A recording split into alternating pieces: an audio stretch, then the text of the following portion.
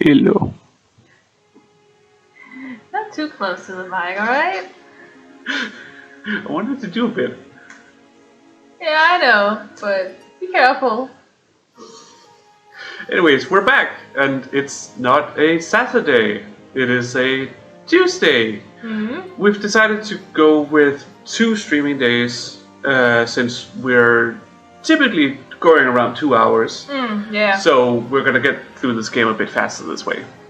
Yeah, instead of using like, what, half a year? Half a year, yeah. This game is longer than you would anticipate. But we'll see. I feel like I'm in the meat of it now. Ha! Guess again. You're in the second time slot. Remember? Out of how many? I don't remember, but there's more than 4. Okay. I think that should be like 7 or 8 or something, if I remember correctly. Oh, okay. And yeah, so the thing is, the story just starts in Venus Rest, so that's why you feel like it's kind of like already going. Yeah. There's so much more going. Yeah. You haven't even met all the characters yet. Playable characters, or? No, I mean, like important support. Okay.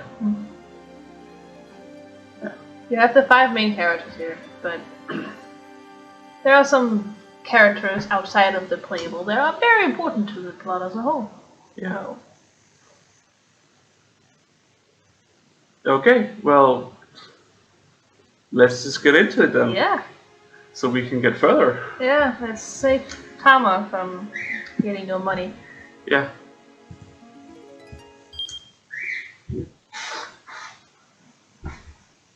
Right. Yeah, we started with the Kano. And yeah. It was needed, but you had to make a choice, I think. Yeah.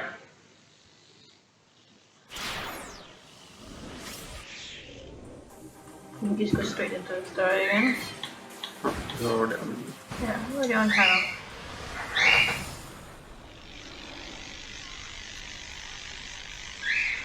Okay, let's see. Maybe Palmer knew more than he told the police earlier. If Kano talked to him now, he might get some additional clues. If the syndicate spots us, my cover's blown. We're hosed. I can't stick around like this. So, what do you want to choose? Maybe he knows, maybe he doesn't know anything. Let's try and talk to him. Yeah. Actually, Leland, do you mind if I ask you a few more questions about the party where the kidnapping occurred? Leland squared his shoulders. No, please, ask anything. Do you know what time Maria showed up at the event? Leland hesitated, thinking. Probably around 6 o'clock. She was there when it started. Was there anyone else there who stood out? Stood out? How? Like someone you usually wouldn't expect to see there. Leland tilted his head. No, I don't think so. Everyone there was a student from my class, including the exchange students. Not much new here, Canon thought. He decided to ask one last question. Did you happen to hear why Hitomi was running late in the first place? Oh, no. Sorry, I'm not very helpful, am I? Leland dipped his head in apology. It's alright. Thank you for your cooperation. Please help Maria. I will. Kano parted ways with Leland and went back to tailing his suspect. Same. You know, you made a choice. He pulled his phone from his pocket. It was Rumi again. It was weird that she called twice when she knew he was in the middle of something important. Had something happened while she was waiting at the cafe with Shizuo? Shizuo. Jesus Christ, what happened? You went half Chinese there. Yeah. With his shirt. Aya Kamiki. That's the singer. Aya Kamiki. Ah, yeah. She's everywhere in this game. Kano picked up hurriedly. What's the matter? What's the matter? You know what the matter is. Rather than Rumi's soft soprano, it was a threatening masculine voice that came over the phone. Uh-oh. Kano felt his whole body stiffen with dread. Is this my father-in-law speaking? Oh, poor Kano. Don't remember being anyone's father-in-law. Slip. The speaker's tone was firm and flat. No, I know, I just, kind of found himself at a loss for words. So you're dating my daughter, huh? Sir, yes sir. Kano barely squeaked out his reply. Thinking about getting married. Yes sir. And speaking of which, I'd love the chance to sit down and have a nice long... Then how long are you gonna keep me waiting? Oh, he don't give a shit. Hurry up and get your ass over here. But I was telling a suspect, sir. Please. Oh, how very much Kano wished he could do exactly that. Sir, I would, but forget it. The words came in an angry huff. You can't have her. Goodbye. What? Sir, please wait! As Kano cried in desperation, he heard Rui's voice on the other end of the line. Dad, you can't just use my phone like that. You were taking too long in the bathroom. Give it back! Rui? Kano tried and failed to keep the heartbreak out of his voice. Sweetie, what's wrong? Your father just said he doesn't want us to getting married. What? Dad! What did you say to my boyfriend? Listen to you. Calling that boy little pet names and whatnot. I think you're a little too attached. Daddy, you haven't even met him. That's why I told you to have him come see me. How long is this gonna make me wait? Kano listened as the two argued over on the other end of the phone.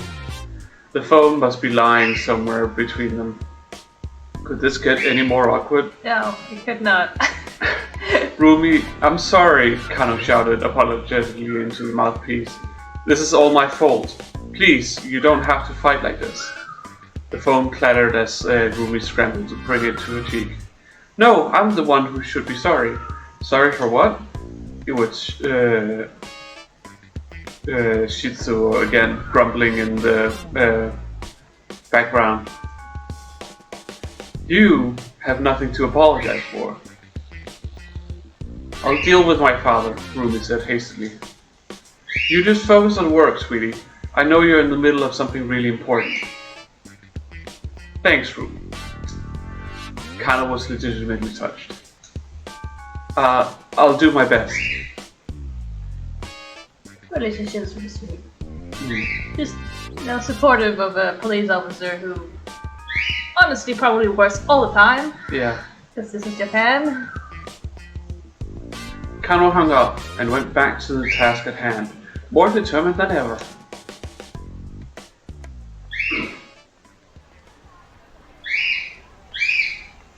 For Rumi's sake, not to mention the victims, he needed to focus on cracking this case. Literally. Literally. Yeah. The man he was tailing was walking several meters ahead. There was no telling when Kusei might give the arrest order. Kano braced himself to spring into action the very instant the order came down. Verbal command to all units. Once more, the director's voice came in over the wireless. Was it time to make the arrest at last? We've identified the man who first picked up the attaché case by a statue of Hachiko. No arrest yet, then. But still a crucial development. It's the cray-cray man. His name is Tariq Al-Caravan. I think his name's supposed to be Tariq. Caravan, but you know. Tariq. Since Tariq al-Caravan. You know, he's a foreigner. Caravan. Okay. I don't think it's supposed to have the same meaning as you are inferring it right now. No. He's got priors for larceny, illegal possession of narcotics, you name it. He belongs to a foreign criminal syndicate that's operating in Shibuya. Kano felt his apprehension rising. If this syndicate was behind the kidnapping, they were anything but amateurs.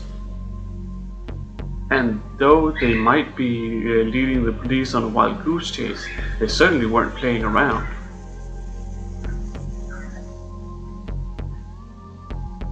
To be continued.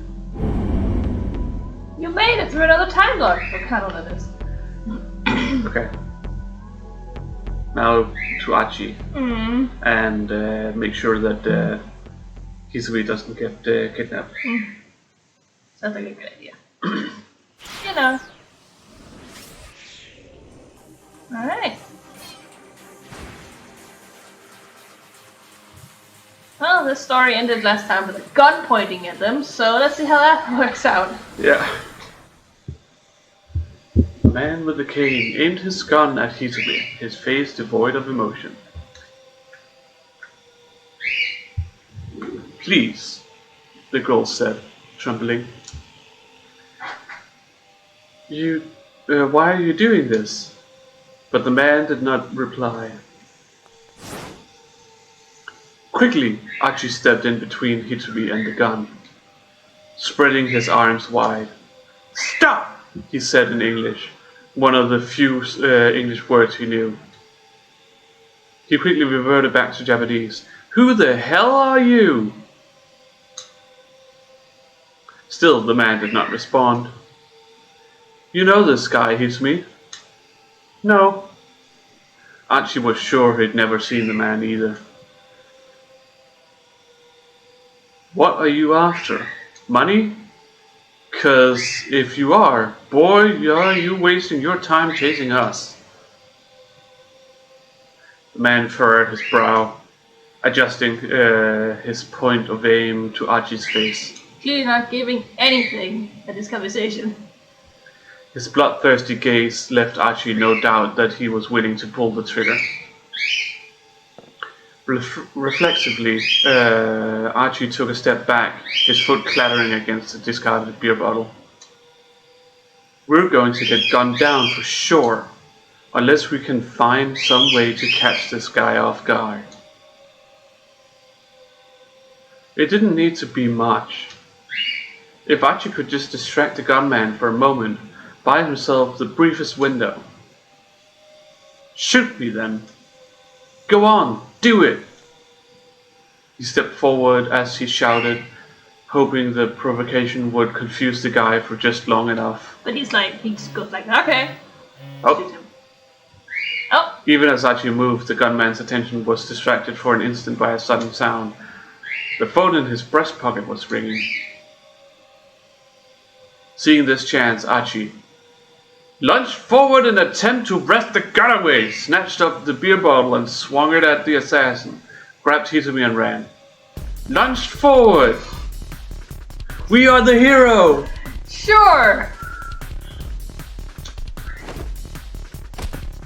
Woo! He reached out with both hands, attempting to knock it to the floor. The man's grip on the weapon was stronger than he expected, however, and he shoved Archie away with surprising force. Oh, is he gonna get shot now? Wait, what? The gunman's posture radiated a ferocious determination. His eyes, though, were like a dead man's, wide and hollow. It was unsettling, to say the least. Who the heck is this guy? Hisumi! Archie shouted. Get out of here, now! But Hisumi was rooted in place with terror. Run! Snapping out of it, at last she bolted for the door. She paused in the doorway to look back at him. Archie. What the hell are you waiting for? Archie snarled. Get out of here now! Finally, Hitomi slipped out of the building. Oh god. She's gonna be alone now. You most likely did. Yeah. At some point, the assassin had managed to snatch up a beer bottle in his free hand. Uh-oh! Sprudlos! Archie tried to duck, but he was a hair too slow. The makeshift weapon caught him in the left ear. He staggered, his head spinning, barely able to tell which way was up. His vision dimmed, but still he refused to yield. He headbutted the man in the nose as hard as he could. The assassin staggered backward. Both laying there dying. Then all the remaining strength left Archie's body. Oh no. Bad end! Okay. Beaten up by the man with the cane. I don't think I need to see the end. No, I mean you can always see if you want to, but you don't have to. Just, maybe try and make a different ending. Different choice. Yeah, different choice for different ending.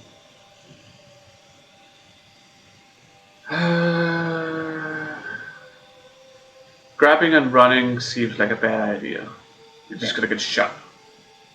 Try the beer bottle. Seeing his chance, Archie snatched up the beer bottle and swung it at the assassin. The man narrowly avoided being struck, but he staggered wildly off balance. Hitomi! Archie grabbed her by the hand and dashed out the club. The two sprinted away through the side streets and alleys of Shibuya. Archie began to feel as if they were running some maddening maze. Before long, the two had made it almost as far as Aoyama. Wait up! Huh? Archie, wait up! Archie glanced back at Hitomi. Ah, my bad. Guess we've been running pretty hard. You tired? Hitomi shook her head. No, it's just I have to get to Dogensaka. Dogensaka? Dogensaka? Dogensaka, yeah. Okay. What for? What could she possibly need to do there now? That's what I was told when I handed over the attaché case. The man leaned in to whisper to Hitomi as he reached out for the case. You're going to do exactly as I tell you. Two things. He wore a cool, faint smile as if this were some casual conversation. First, you're going to go to Dogensaka and get in the blue van there. Hitomi nodded wordlessly. Second, you will not attempt to contact either the police or your family in the meantime. His chilling tone broke no argument. Just those two things, and we'll let your sister go. Hitomi nodded again. The man flashed her a big bright grin. Okay then. Give me the money.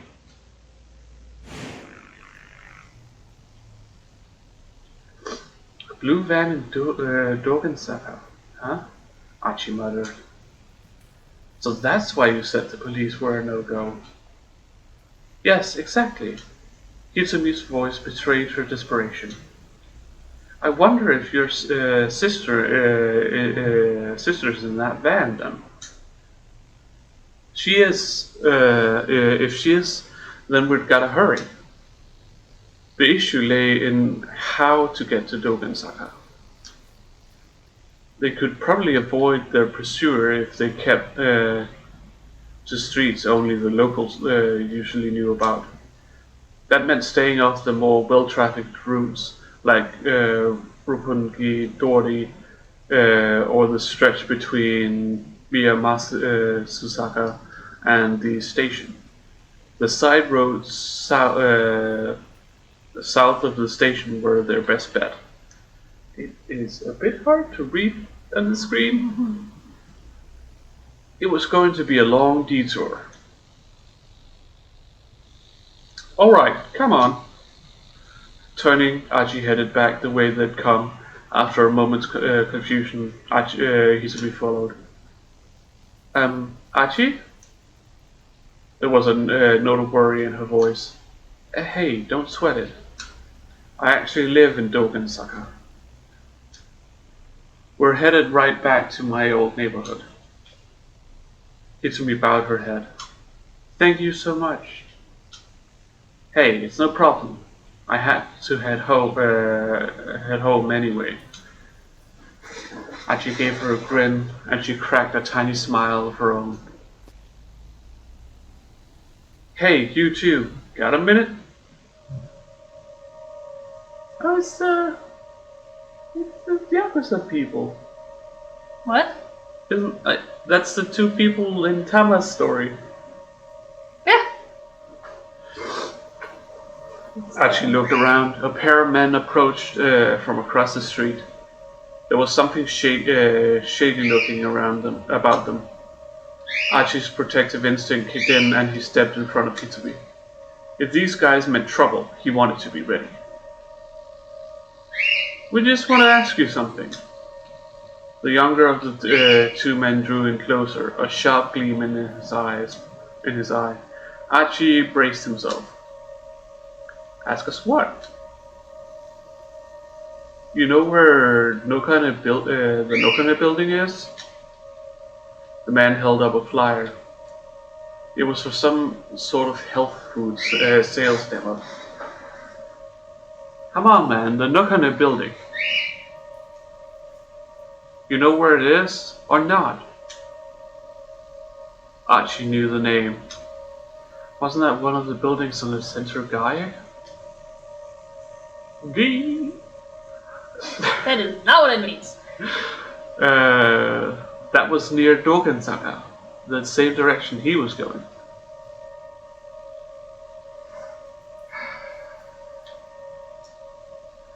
I am immediately not going to tell them. I don't like Tower. Yeah. I don't like the thought of these two following Hisumi and me. Archie pointed them in the opposite direction from Center Guy. Pretty sure it's that way, he said. Thanks, man. Sorry to buck ya.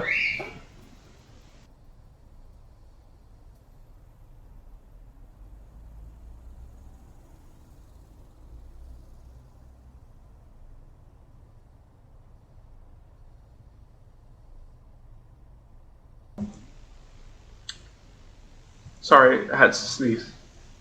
Oh, boy. The two men headed off toward the main road. Bye. Whee!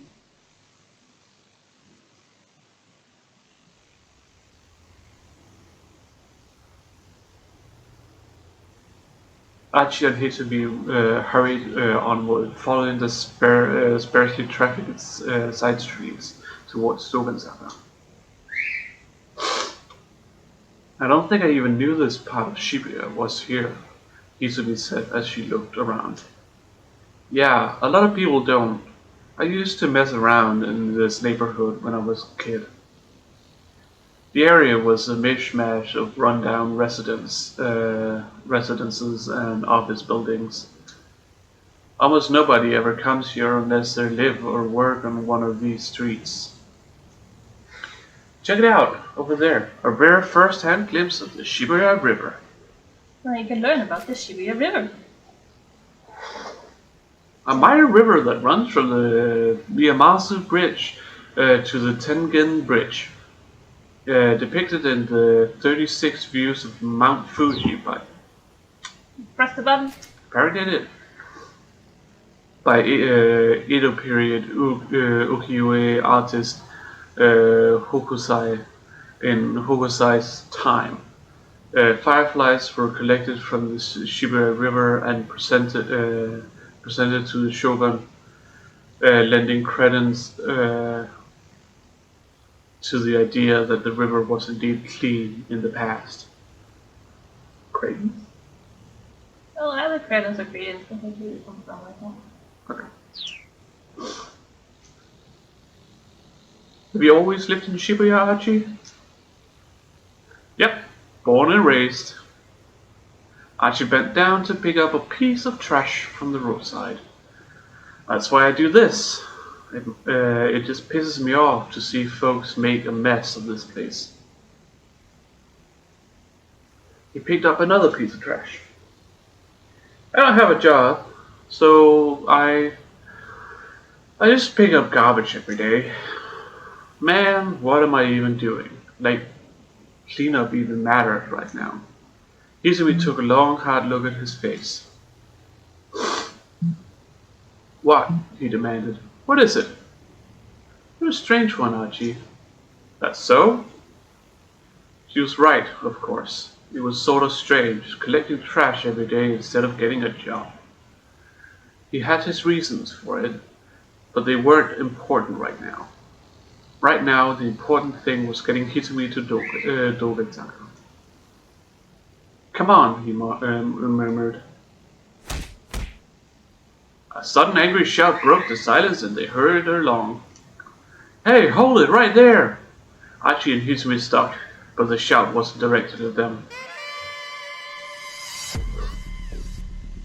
Further up the road, a group of thuggish-looking men were having some kind of argument.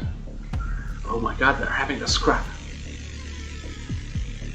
The man who was shouting had grabbed one of the others by the neck. Idiots! And you still got the gall to call yourself SOS? The Studs of Shibuya. Yep, it's a gang. A youth gang operating out of Shibuya, founded by Archie and Do. Yes. Cool! Its current leader is Suzumu Nishizawa. Or Nishizawa. I mean, yeah, Suzumu, but the other men standing around look distinctly uncomfortable. It takes money to run an organization. No, I know, and since it's not like you're Archie or nothing, I thought you could maybe spare us some help on that front, boss. Boss. The top dog, the man in charge, the head honcho. Here it refers to the leader of SOS, Suzumu. A change in leadership can really shake up an organization.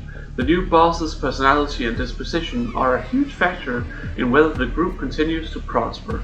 The fact that Suzumu is being asked to spare some help on the monetary front suggests that he still has things to learn about being in charge. Izumi looked at Archie, then when the stranger spoke his name. He smiled awkwardly, then turned back to the altercation. Shut your mouth, Suzumu Bard. How dare you say Archie's name in my presence? Oh, these two got some beef with each other. Hey, Archie called out. What was that about me? How dare you talk shit about me? I heard some shit. As soon as they saw him, the other men went pale. Archie kept his tone casual as he strolled up to the group. Suzumu, you can't just give the guy a beatdown in the road in broad daylight. A beatdown! Yeah, do it at night, not in daylight. Exactly. When people can't see. Don't forget the bondage. To mess someone up super bad. Usually with punches and kicks. Wow, what an explanation of the word beatdown, huh? Why did we need that? I don't know.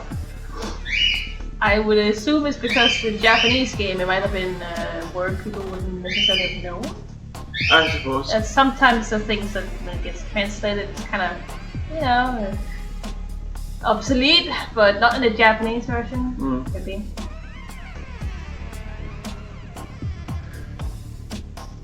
Don't want to shock the upstanding people of our fair city. Achi. Suzume glared. Can we drop the pleasantries? Oi! Oi! Oi! Achi replied with the hint of a sneer. You got it, Suzume.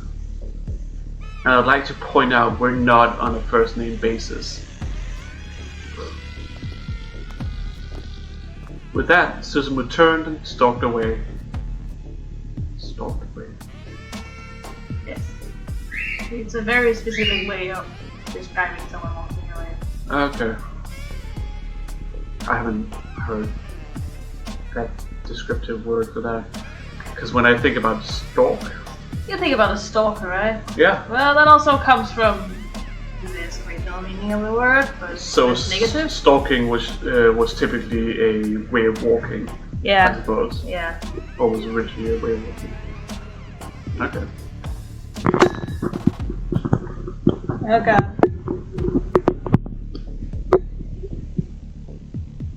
Be careful. Alright.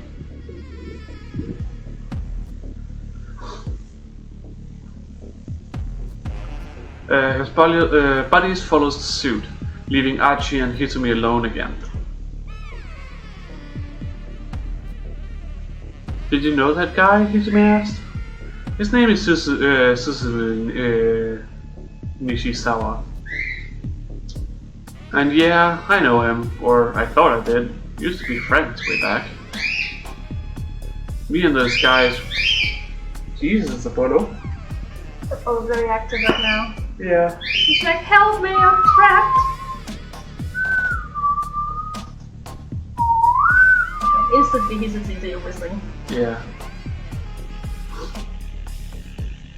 Me and those guys were all part of the same crew, but I bailed a little while ago.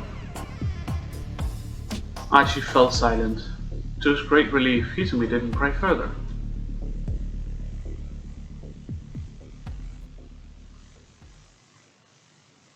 Well, now you know a bit more about Archie's background. Yeah. Archie and Hitomi had gone a short distance further when he caught sight of a man picking something up alongside the train tracks. Huh, I wonder. Archie went over to him. Hey man, you picking up trash by any chance? Huh? Because like what? The man let out a panicked shout. Taisei Yasuda.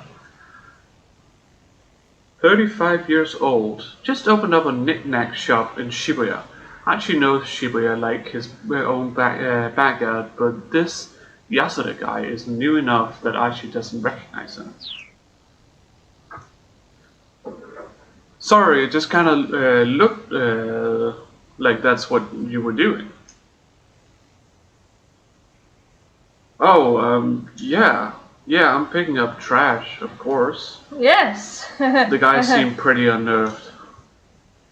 Like I just got to thinking, man, this place is filthy. Right on! Archie grasped the man's hand in his own. Someone else who gets it? They do? Totally! I see all this trash all over the place and I can't stand it. Oh yeah, sure. The man breathed a sigh of relief. I can't stand it when someone throws something away when it can still be useful. I hear that. That's a spirit. Archie pulled out the trash he had stuffed in his pocket. Here you go. Huh? Go ahead. Have all of it. The man looked dumbfounded. Guy's like, I have no clue what's happening anymore. What the heck? Usually I go around picking up trash around here, but I've got a little thing I gotta do today. You got it from here. I'm counting on you. What? Actually, I'm kind of... Great, thanks! Archie beamed in approval, then rejoined Hitomi and headed down the street. Didn't even listen. The man let out a sigh. Fine.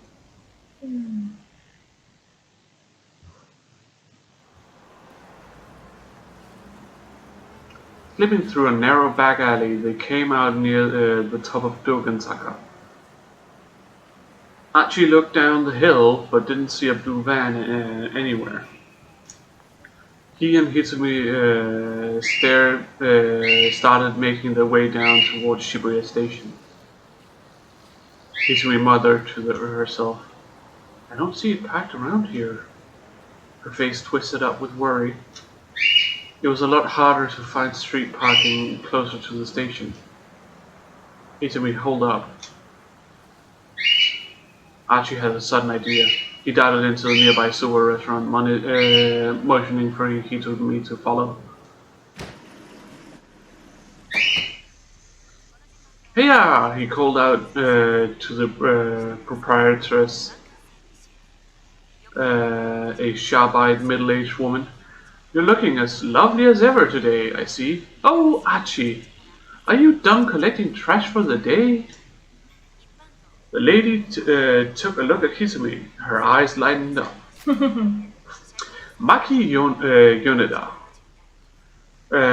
When she was 19, she happened to stop by this place and was captivated by the chill curry soba. Ooh, that sounds nice.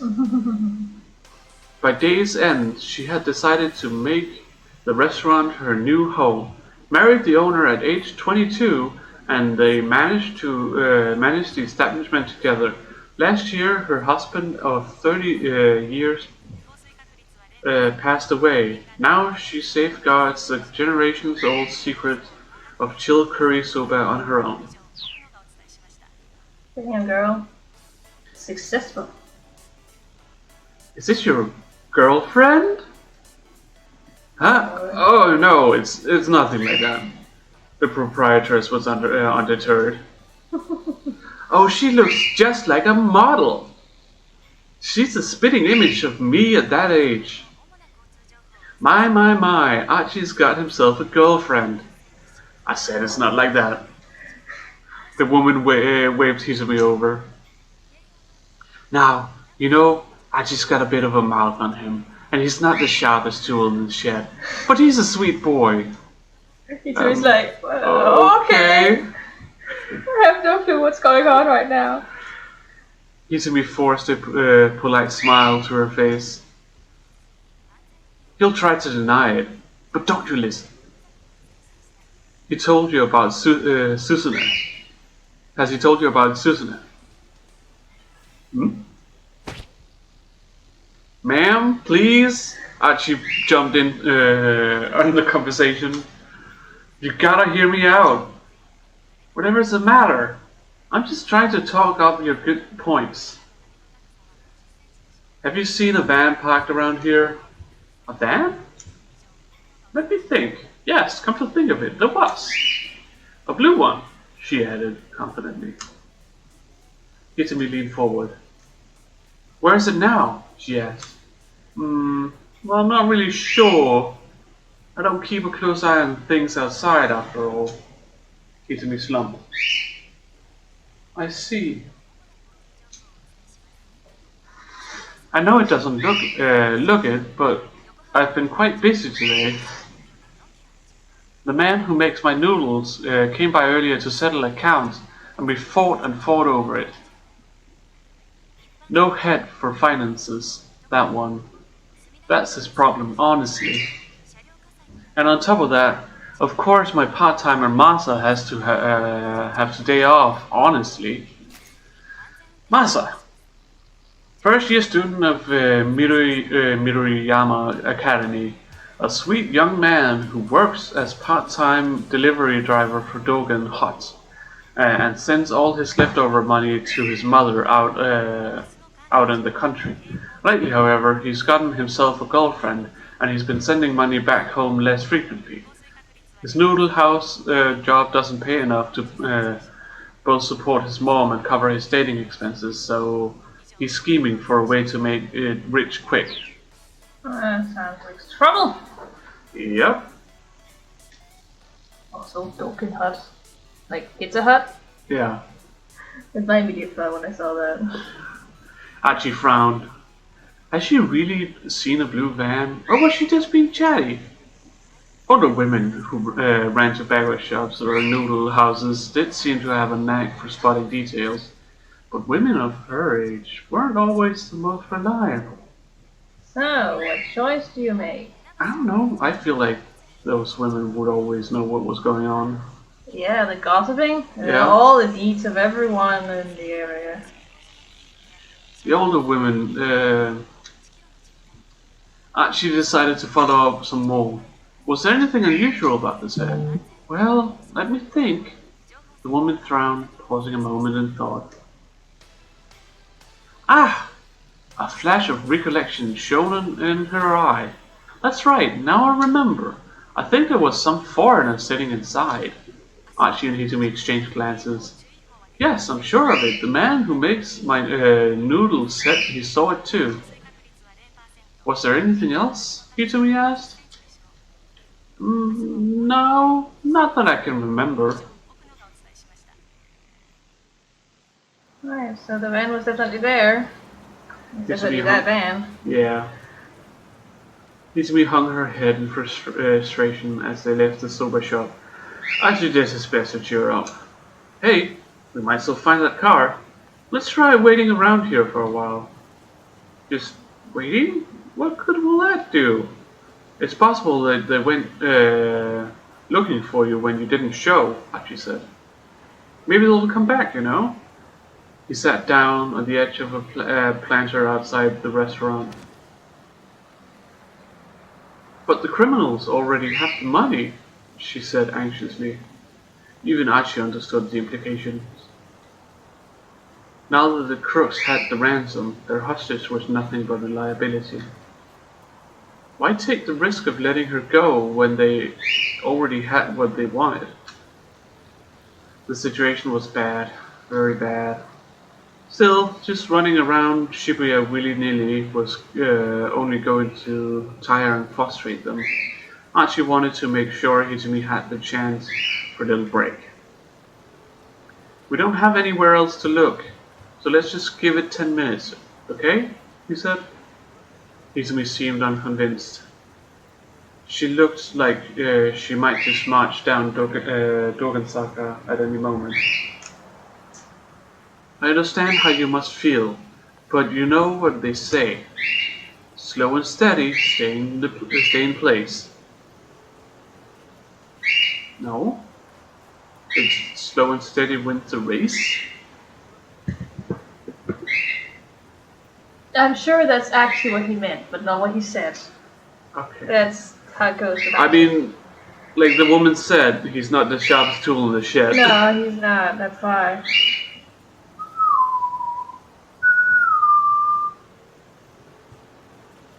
Paul's very, very active today. Yeah. You can see her stop laughing now. Hitomi burst out laughing. What's so funny? It's slow and steady wins the race. For real? Hitomi smiled, then sat down beside him. Alright, she said. We can wait here for 10 minutes. Cool. We've run enough races today already, right? Hitomi kept her eyes on the cars passing through Dogensaka for a while. Then she murmured softly to Archie. Thank you so much for everything, really. You can thank me after we find this van. I'm sure if I'd been by myself, I'd been in too much of a panic to do anything. What can I say? I try to keep my head up and face things as they come. You're quite the optimist, aren't you?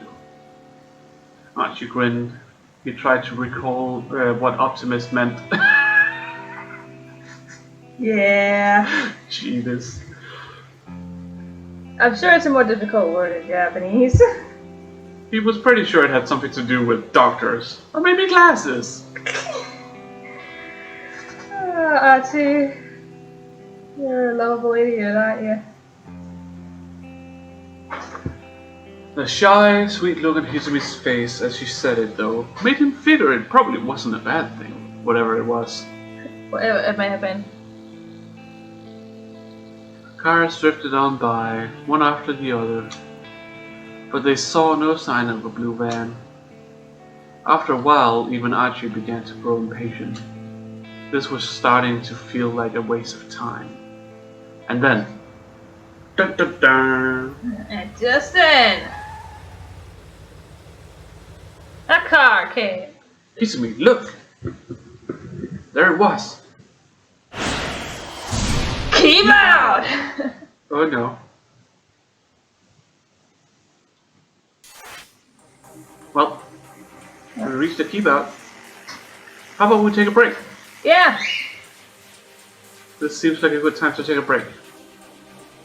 Then we gotta figure out what we need to do to continue that. I think we can go to Tama's and continue her story. Yeah, and then we'll see Yeah. what comes after. Okay. Well, we'll see you guys in a bit. Yeah. So stay tuned. We'll be right back.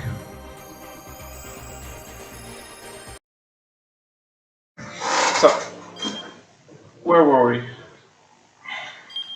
Gotta keep out from Archie. Yeah. So we talked about going back to Tama now. Yeah. It seems like the obvious choice because we have led the gangsters astray. Yeah. Bye bye, Yakuza. Yakuza. So yeah, now she'll actually get her salary and she won't be alone. Yay! But hey, job's a job, she said after a moment, perking up again. They tell me to sell this junk. I'll sell it. The door flies open suddenly and a loud voice bells out. Hold it right there!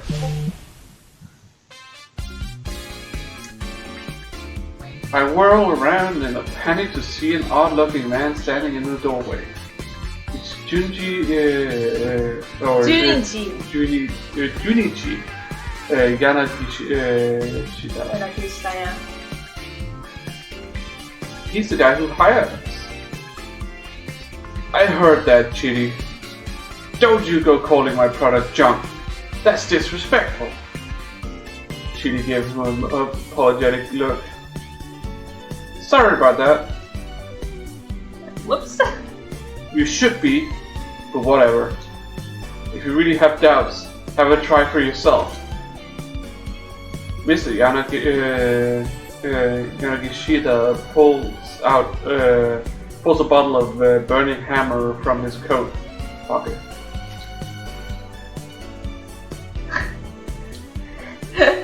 Sister products include Dull Sweats, Cellulose, Bitter Sweater, Dawn Pepperon, Power Burn Z, Mr. Thin, Nega Chow, Super Nega Chow. Beautiful. Okay. At first glance, it looks like some kind of energy supplement, but the cheapo label gives it an immediate impression of sketchiness. Go on, says Yanagishita. Give it a go. Chiri reaches out to take it. But no sooner does she grab the bottle than Mr. Yanagishita shouts out once more. Wait, hold on! What? Chiri squawked. What gives? You two. You're both good. Stomach-wise? Stomach-wise? What? Yeah, drinking this stuff on an empty stomach can cause some pretty nasty problems. So just make sure you eat or drink something beforehand. Doesn't matter what, really. Wait, nasty problems? Yeah. Such as what? I asked. I'd rather not say. That's when you know it's sketch as fuck. Nobody would buy it otherwise. Seriously? It's all good. I just had lunch, Chidi says. She flashes a carefree smile. Well, I haven't eaten yet. But on the other hand, I've been guzzling as much iced tea as I can to fill myself up. It's probably safe for me to try this stuff.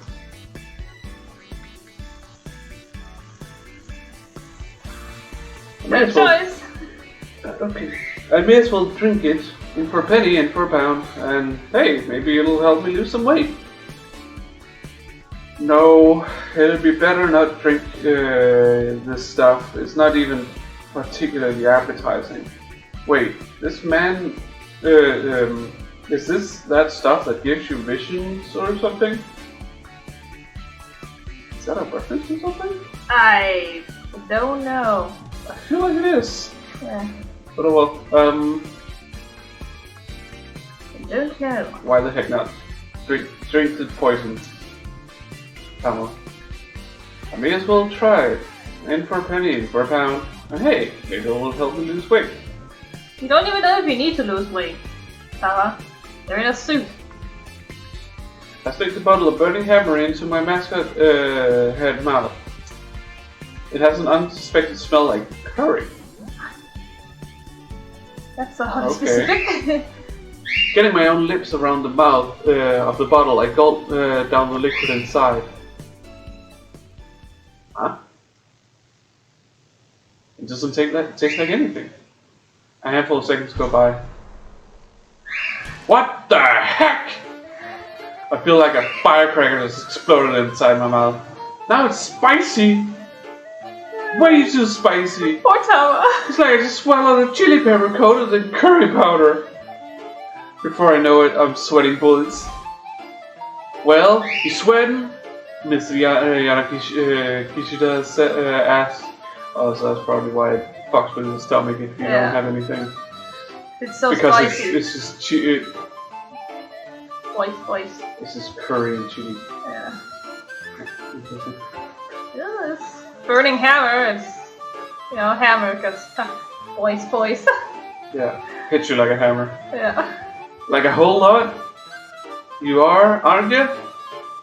Why does he sound so happy about that? That right there is magic, a burning hammer at work. Chitty and I are at loss for words. Burning hammer. Drink all you want and just burn those pounds away. How's that sound? Good, huh? This is just stupid spicy. It makes you sweat. It is... Chitty blurts out. Blunt and to the point. I approve. Yeah? Well, I guess you're right, Kishida says. He hangs his head. What is in this stuff? I ask. I can still feel my tongue tingling. Heck, my body's almost too numb to move. I'm so shocked I even forget to get properly angry.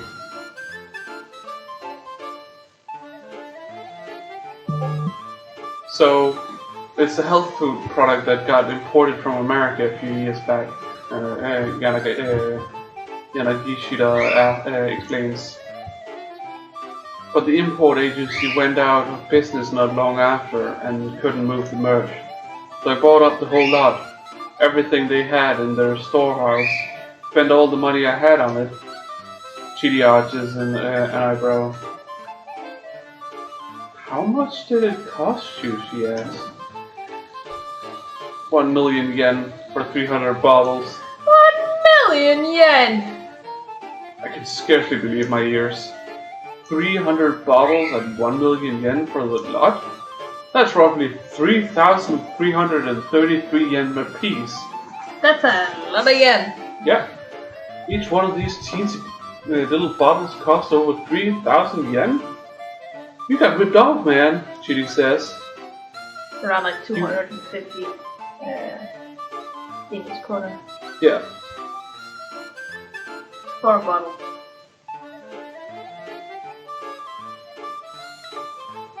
And he also has to make a profit. So, over $30. Yeah, A bottle. divided approximately by 10, or 100 for Yeah. conversion. You remove two decimals. Yeah.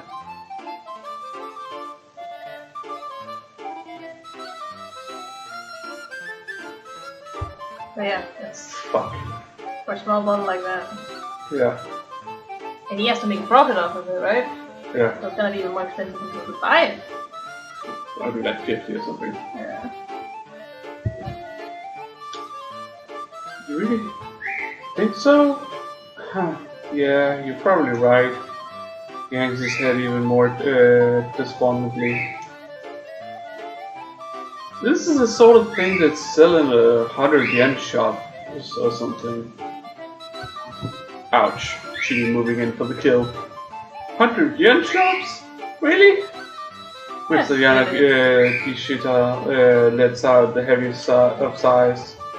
I'm starting to feel pretty bad for the guy, actually. Don't let it get you down, sir. I say, hoping to comfort him. But Mr. Kishida just lets out a soft joke sigh.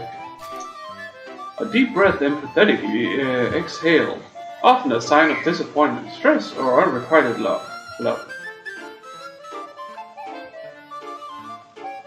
Okay. Yeah. Sure.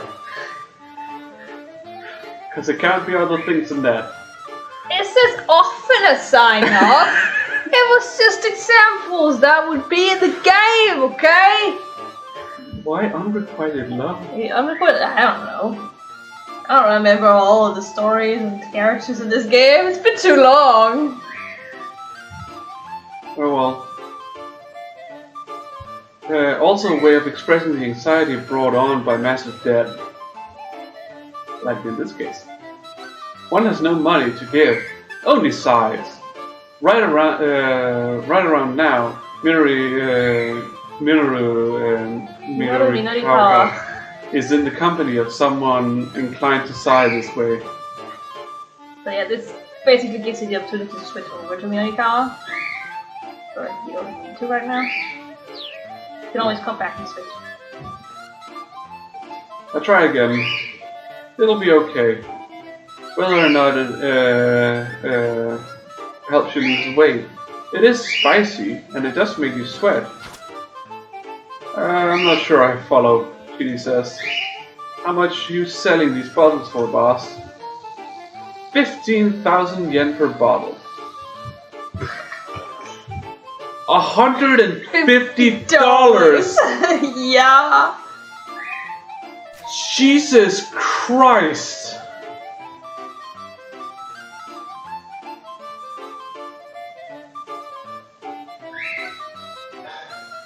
Okay, selling all 300 bottles would yield proceeds of 4.5 million yen, after deducting expenses such as the cost of the product, rental fee for the venue pay for the part-timers, and printing flyers. This yields a net profit of roughly 2.5 million yen. It's doubtful that anyone would pay 15,000 yen for a single small bottle, but you never know. There could be a few housewives or young women out there who would fork out that much in the name of weight loss. A terrifying thought. Yeah? Yeah, that's true. They got the money. What? Chiri's jaw practically hits the floor. Mine does the same. No way! Nah, no freaking way. Calling that price point absurd wouldn't begin to do it justice. Well, look, selling it at that price is my only option. I need to cover my costs. Anyway, please, I need you both to work your hardest. Apparently he's committed to this insane course of action. Okay, Chiri replies. It's more like a sigh than a proper response, but I can't blame her. As for me, I can't even find the words. I'm so flabbergasted. Can't sit there and don't speak up. Isn't this just a scam, sir? Let's go with flabbergasted.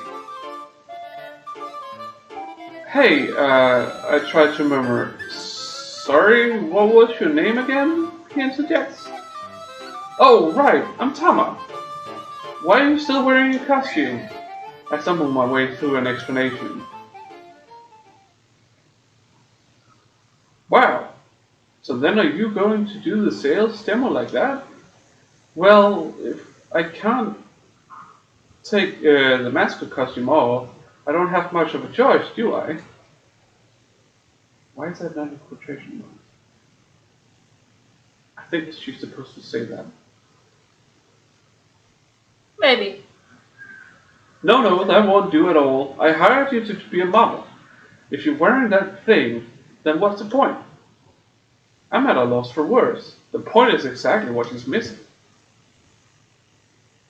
It's not like I'm wearing this getup because I want to. How about we just cut it off, yeah? Chidi says with a big grin. Oh, She boy. pulls a massive pair of scissors out of her bag.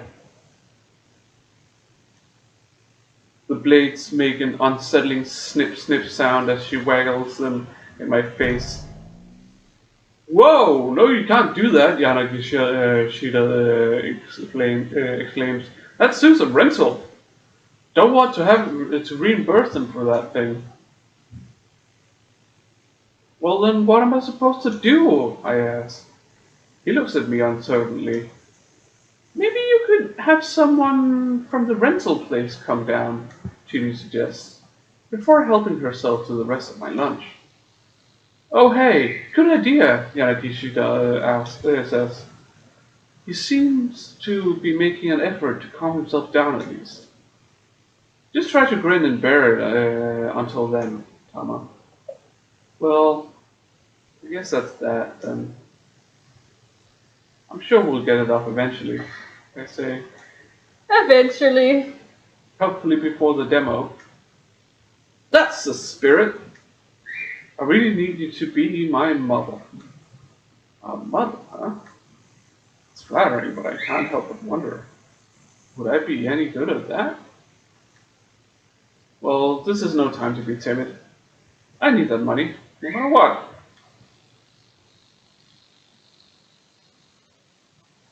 My troubles all started earlier this morning. Bum bum bum.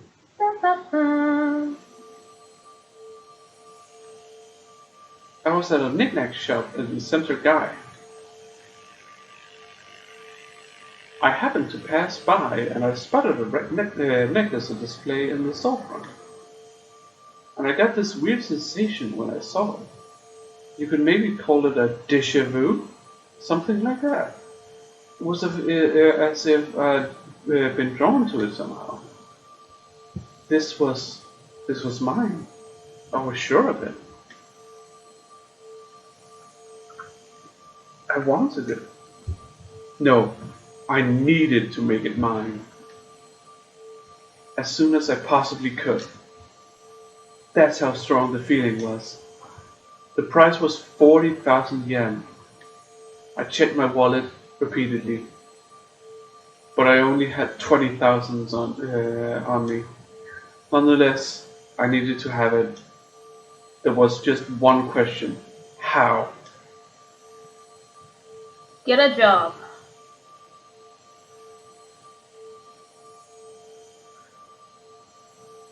Somehow I managed to drag myself away from the shop. Just a few minutes later, I ran into Mr. Yanagishida. Hey, a voice said out of nowhere. If you want, I can pay you 10,000 for a day's work. I found myself staring at this frumpy middle-aged man who was handing me his business card. Managing Director, Junichi... Junji. Junichi? Yeah, Junji. Junichi. You know the name Shinji? Yeah. That just Junji. Okay. Kishida, Yamato Health Foods Cooperated Limited. I bet you didn't know that's what they meant. I did not. At least not the limited part. Ah, The corporate, I kind of assumed. yeah, CEO is corporate Yeah. and LTD is limited. Oh, would you look at that? I learned something new. I have information to give people. It's completely useless for my exam, but you know, it's the Yeah, let's fill up your head with all kinds of useless stuff. Yeah. That seems like a good idea. Yeah, so everyone have to remember all the different cancers. You just sit at your exam and be like, I know what LCD stands for. Yeah. Limited? But do you know what kind of cancer this is? No. Is it limited? There's no limited cancer. That's why it's cancer. It's not limited. No. It's unlimited. Exactly. I guess you could say it is a ULTD. I suppose. At least in potential, unlimited potential to become cancer. But that's every living cell. I'm in a real bind here. Need some extra help. Would you mind coming with me? Begging you. I'm begging you. Just one day. What a face. He screams sketch, but Yeah. Tama. And of course says yes. He seemed pretty sketchy. As much as I needed money for that necklace, I wasn't going anywhere with some random weirdo. I ignored him and tried to just walk off. Please! Please!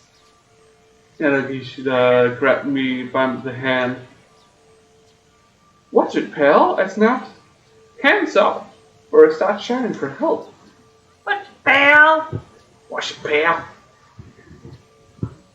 Please, it's not like that. Just hear me out. Look, I'm in a hurry. Please. Please. Knock it off. I spun forcefully away from him, yanking my hand from his grip. Oof! Look at the way he's laying. Yanagishida whirled through the air and fell into the bushes. Oh, so that's why he has the plaster on. Yeah, that's why he has the band-aids on. Whoa, where did that come from? He gasped. His eyes were wide as saucers. You're a martial artist or something? No, I think that was just a fluke. The truth was, I was surprised myself at how well I pulled off that escape move. Ah, okay then. Look, I'm sorry, can you give me a hand? No way! No, I mean, give me your hand. My hip's killing me here. Ow, ow, ow, ow, ow, ow, ow, ow, ow, ow, ow. Is that how it goes? I guess the least I could do was help the guy to get to his feet. Look, why are you hounding me so much? Please, don't be angry. The moment I saw you, I just felt it. You're the only person who can possibly do this job for me. I let out a sigh, but my interest was admittedly piqued. What kind of job? I need a sales rep for a health supplement.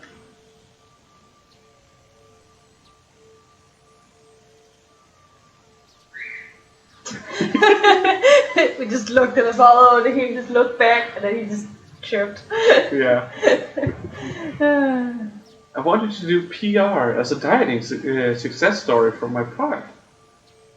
Just look at you. You have the body of an actress. Sales are gonna go through the roof. Well, it was hard to feel too offended when he told me that. The job didn't seem as fishy as I initially suspected. Alright, maybe I'm interested, I said. There's just one thing. Yeah? Whatever it is, I'm sure I can handle it. I need 20,000 yen as soon as possible. So if the day only pays 10,000. Alright then, if you can sell 100 bottles at our sales event, I'll throw in another 10,000 as a bonus. How's that sound?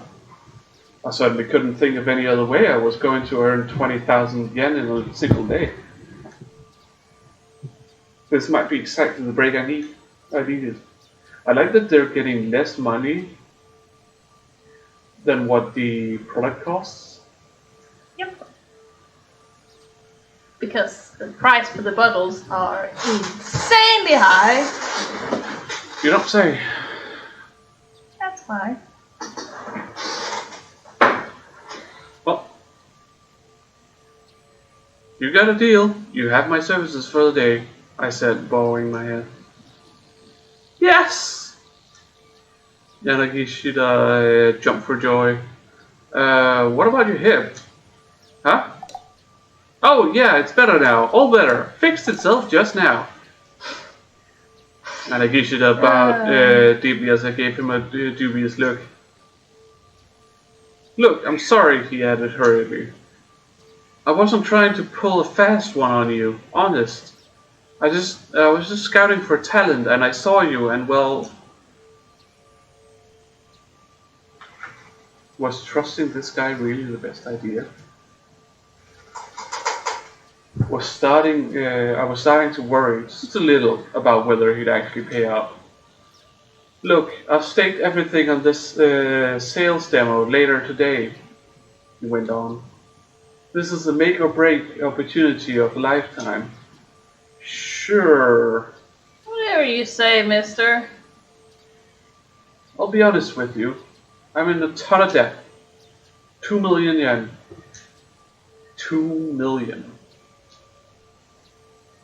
Yanagishida's tone had taken on a feverish intensity.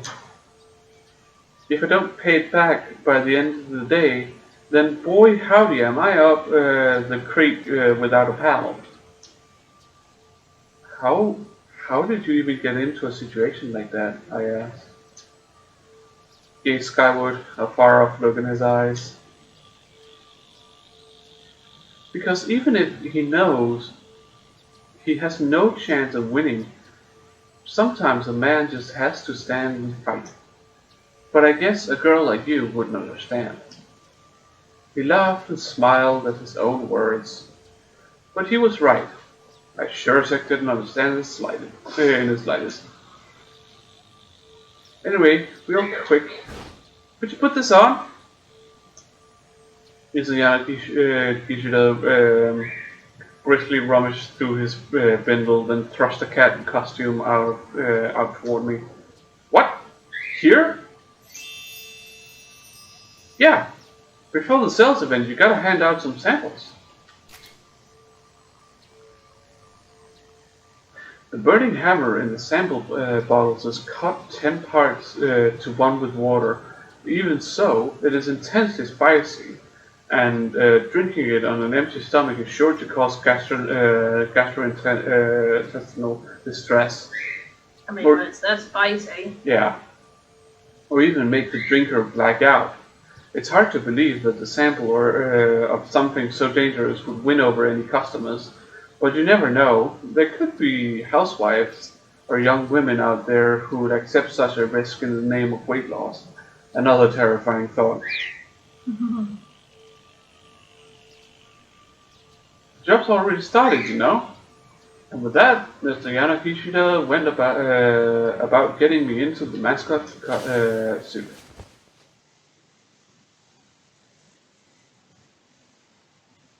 And thus, she will never get out of the suit again. Yep. Looking back on it, it was a pretty ridiculous turn of events. Still, if I'm going to get my hands on that necklace, I have to take the chance that this job will pay out. There's a knock at the door. Huh? Who could that be? Mr. Yanagishida asked. We got a customer already? He opens the door and heads outside. No way, is that a customer? Chiri says. I mean, right? She guzzled from her 2-liter bottle of iced tea. No one's gonna buy something as sketchy as this. I guess not, I agree. About the only thing I can really say about Burning Hammer is that it's spicy. Anyhow, Chiri says, want to get something to eat? But you just ate lunch. 2 lunches. I know. This amazing Chinese buffet. Want to come along? Because I am gonna dominate. Don't worry about it. What? Don't worry about it. What the fuck? It's not what she means. Whatever it is you're thinking, it's definitely not that. Okay, sure. Huh? Someday I plan to chow my way through every item on their menu. Before I can respond, I hear a sudden outburst in the hallway. What the hell are you thinking saying something like this? The voice sounded harsh and strained. It's quickly followed by another voice, Mr. Kishida, sounding desperately apologetic. Well, be fair now. I did ask whether or not you were on an empty stomach. You must have given someone some burning hammer, huh? I say. Chili nods. Yeah, maybe. That's weird. Did we really get a customer this early? Yeah, isn't the sales demo not until 1 o'clock? There are more sounds from the hallway. Chili gets a weird look on her face. Whoa, what? What the heck? What's going on? Knock knock. Did you see who that was? Yeah. Suddenly a man kicks down the door and bursts in, shrieking like a madman. His face is flushed. Steam is erupting from every pore. Chili and I can only stare frozen with bewilderment as he rampages through the room, smashing everything in sight.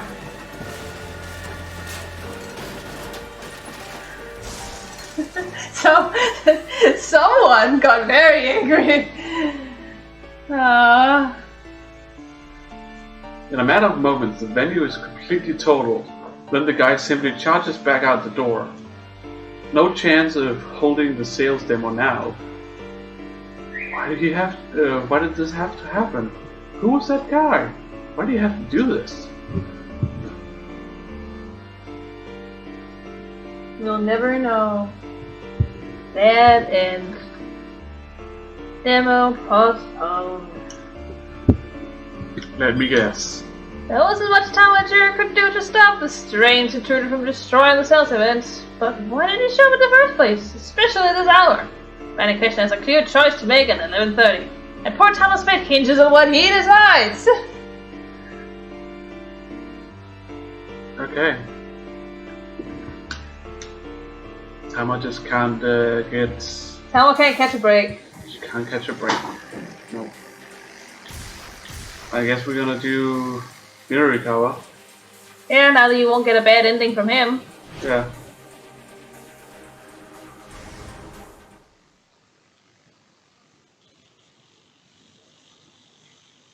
Kano will no longer stop the taxi. Mirurikawa's frantic journey had started 20 minutes earlier. He'd been at home working on an interview piece. He clucked his tongue in annoyance as the ringing phone broke his train of thought. Why did someone always call right when the words were flowing? If he didn't keep getting interrupted, he probably could wrap this piece up in no time.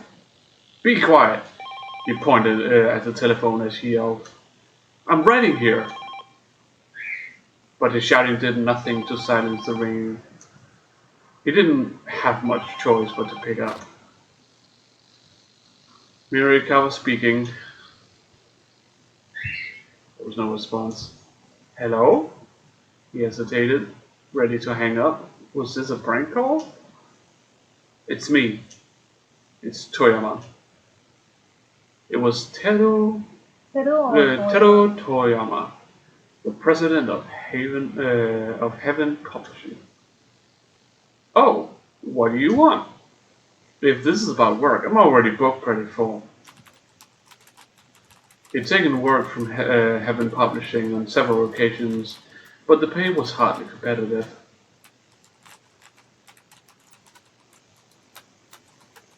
Lately he'd been turning them down a lot, so he hadn't heard from Toyama in a while. No, this isn't work related. Then what do you want? I'm kind of pressed for time here, working on some copy. Mirurikawa was in no mood to beat around the bush. It seemed like every conversation he had with Toyama went like this.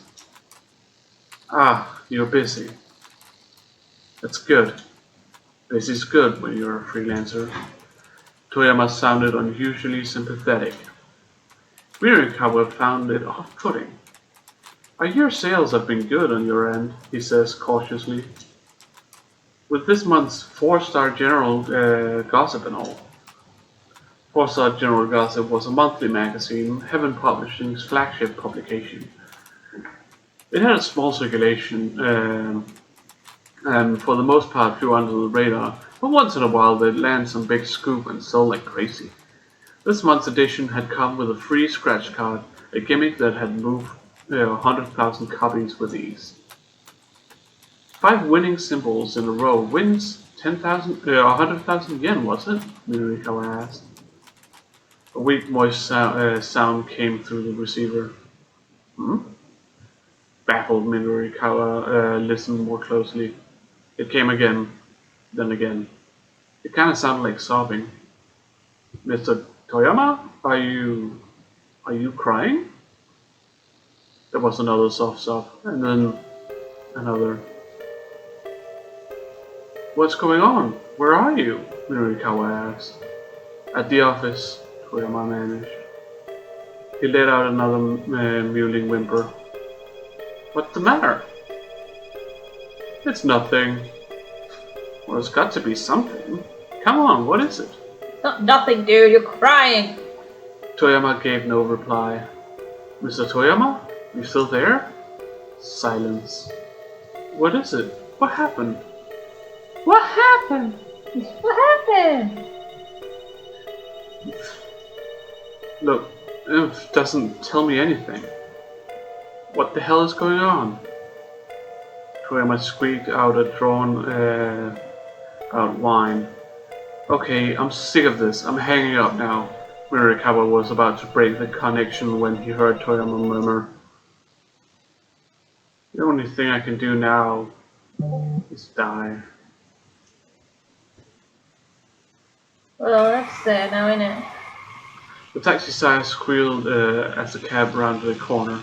The shift in momentum gave Mirikawa topple over in the back seat.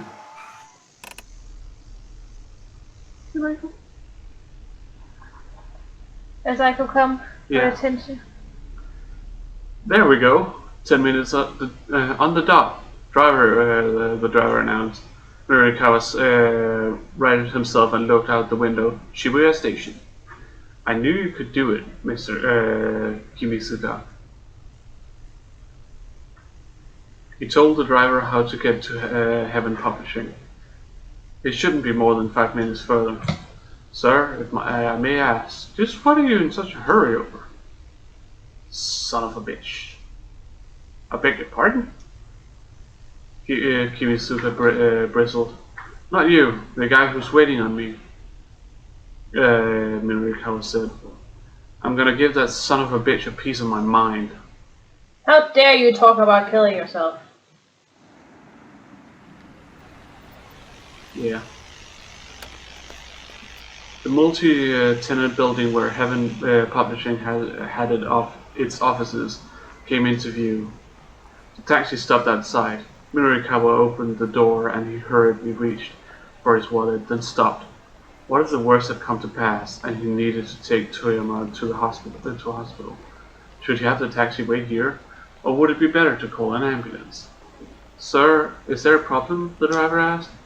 Wait here, I'll be right back. No, I'm fine. You're a lifesaver. How much do I owe you? Wait here, I'll be right back. Mirikawa was out of the cabin instant and running for the building. Once inside, he avoided the elevator in favor of rushing up the stairs. Heaven Publishing rented out the 3rd and 4th floor. In all likelihood, Toyama would be in the editing department of 4-Star General Gossip on the 4th floor.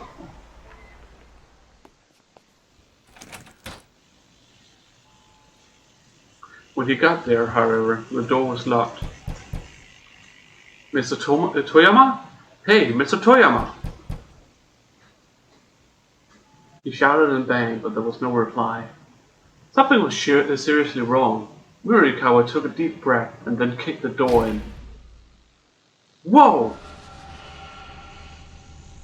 Toyama was standing on a stool, about to slip his head through a noose that hung from the ceiling. What the hell are you doing? Murikawa lunged for Toyama. The two men crashed to the floor in a tangled heap. A pile of clutter slid off a nearby desk and fell on top of them. Murikawa, what are you doing? Toyama whined. Dragging himself back to his feet proved something of a challenge. That's what I'd like to know. Murikawa's fury was mounting. What the hell is all this about?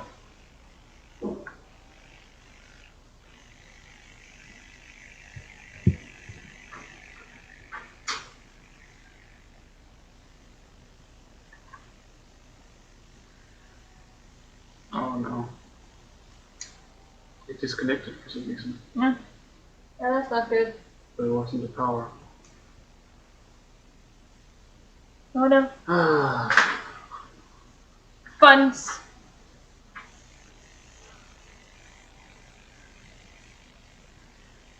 I think it's safe with the brain. Yeah, I was gonna say, you can also always go to the time. Sorry.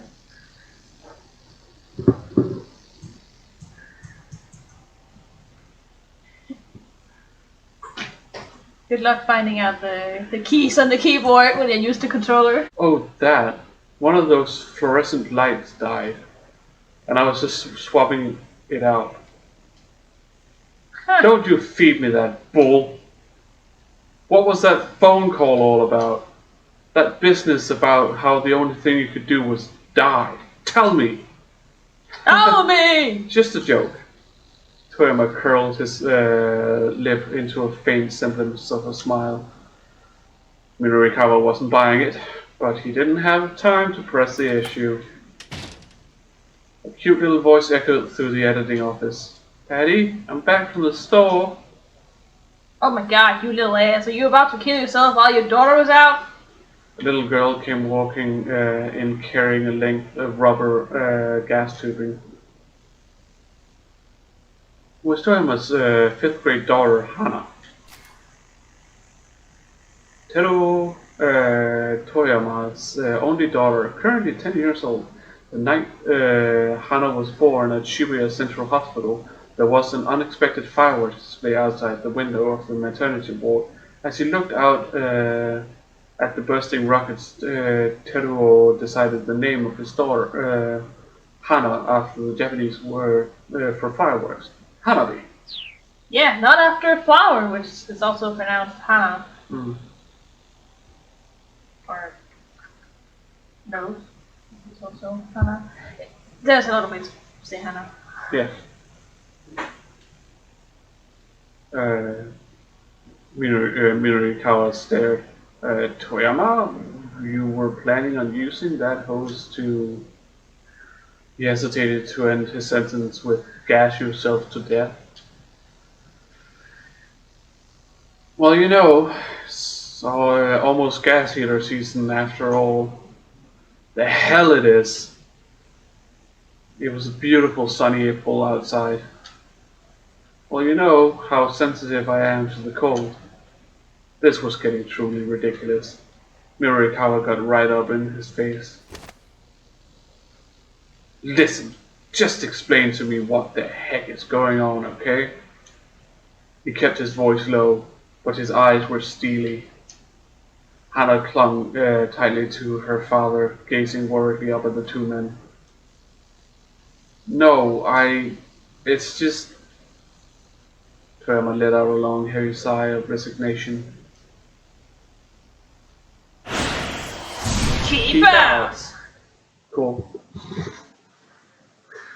This is probably also about a good time to stop. Yeah. To progress further, you need to jump from another protagonist. Yeah, we know, Kane. We know. Sometimes jump keywords might be hidden within a tip. Yeah, that's what you saw. A man named Junichi Gishida shows up in Tama's story at 11:20, and he lets out a sigh, like Toyama's checking the tip for that sigh. Yeah, that's what you saw. Yeah. That was good.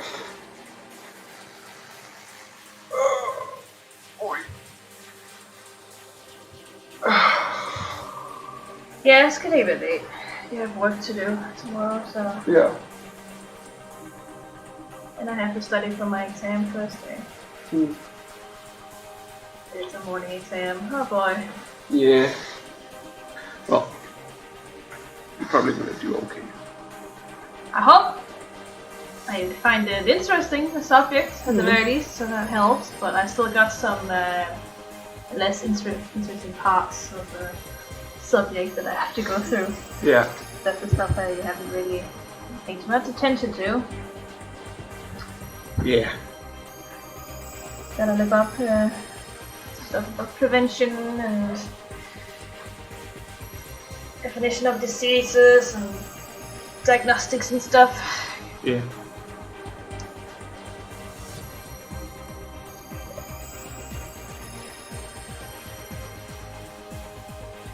Well, We will see you guys on Saturday yes. at 8 o'clock. We will be streaming again.